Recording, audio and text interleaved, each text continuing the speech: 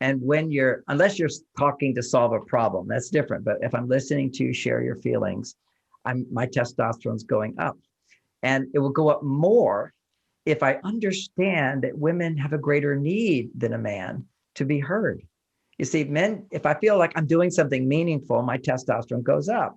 Most men don't know how meaningful it is to women, and not all women know, is to be able to share whatever's inside with somebody who's being present for you. Being present and asking questions and caring about what you feel without trying to change how you feel. See, that's the key to it. Instead, understand what she needs.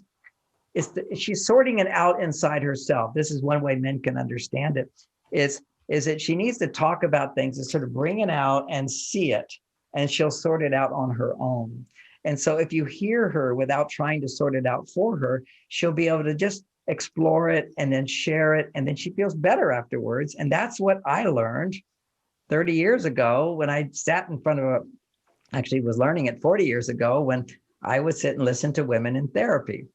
And I practiced what I was teaching, because women say, I don't want them to fix it, right? And so I was teaching, that's one of the big ideas of Men Are From Mars, is just listen, men, don't do anything except seek to understand, be curious, seek to understand. That's what she actually needs, even if she doesn't know it. Because often women will say, well, what should I do? Then you need to say, well, this is a big issue. I need to understand it better. No caring, don't have to jump right into it.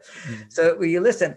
And what I learned is by being a good listener, I had a waiting list of women that came to me for counseling. Okay. We became famous where I was counseling in those days. Women would come. And after 10 sessions, I wouldn't see them anymore because they didn't have much to talk about. I say, I'm teaching you how to do this in your relationship. I don't want you to be dependent on me. Now, some women would say, it's an interesting, playful thought here. Why is it that you're such a good listener and my husband isn't? And he's the one who loves me. And I said, 3 reasons. One is I hear you and you're basically complaining a lot about your husband, not me. So if you're complaining about your husband, I don't take anything personally. So I feel like I'm better than him. So it's nice to listen to you talk. And so one is you're not complaining about me. 2, and so my testosterone doesn't go down. 2, you're paying me. Okay. So my testosterone goes up. I'm doing my job. I must be of value because you want to pay me. Now your husband, what payment does he get? He gets complaints, basically. And he doesn't need money. What he needs, the biggest payment for a man, is someone who's not trying to change him, but appreciates what he can provide. So you're basically not paying. You're paying me. You not complaining about me, and it's only 50 minutes. Okay, it's not all the time. So if a woman can take that little piece of information, I would share that, and I point out to them that complaining is the worst communication skill that there is. If we could just understand that. And now we have the brain science to point it out, which is if you use discontent, negativity, to get what you want. That's what a complaint is. I'm not happy with you. You did this, and I want you to pick up your socks. You don't pick up your socks. So what you're doing is you're communicating an emotional frustration or disappointment or upset with him using negative emotions in order to motivate change.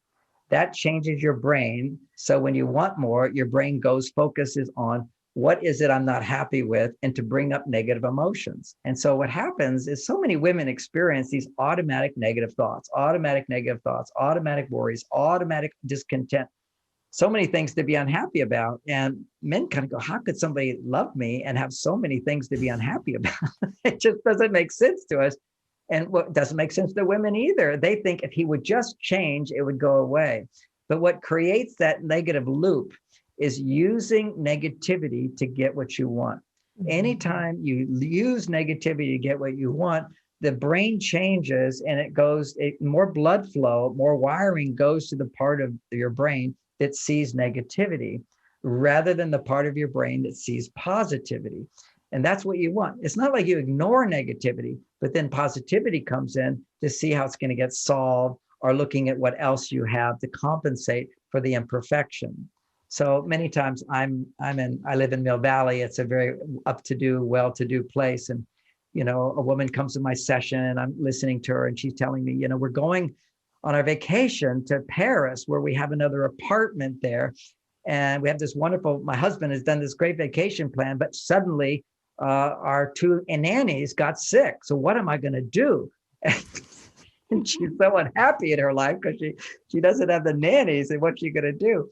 This is called high level problems, right? Now, her husband who listens to it's going to think, what do you got to complain about? You've got everything any other woman would dream of. Are you kidding? What's the big deal? We'll just hire somebody there. Don't worry about it. We'll fix it. What's the big deal? We should be happy.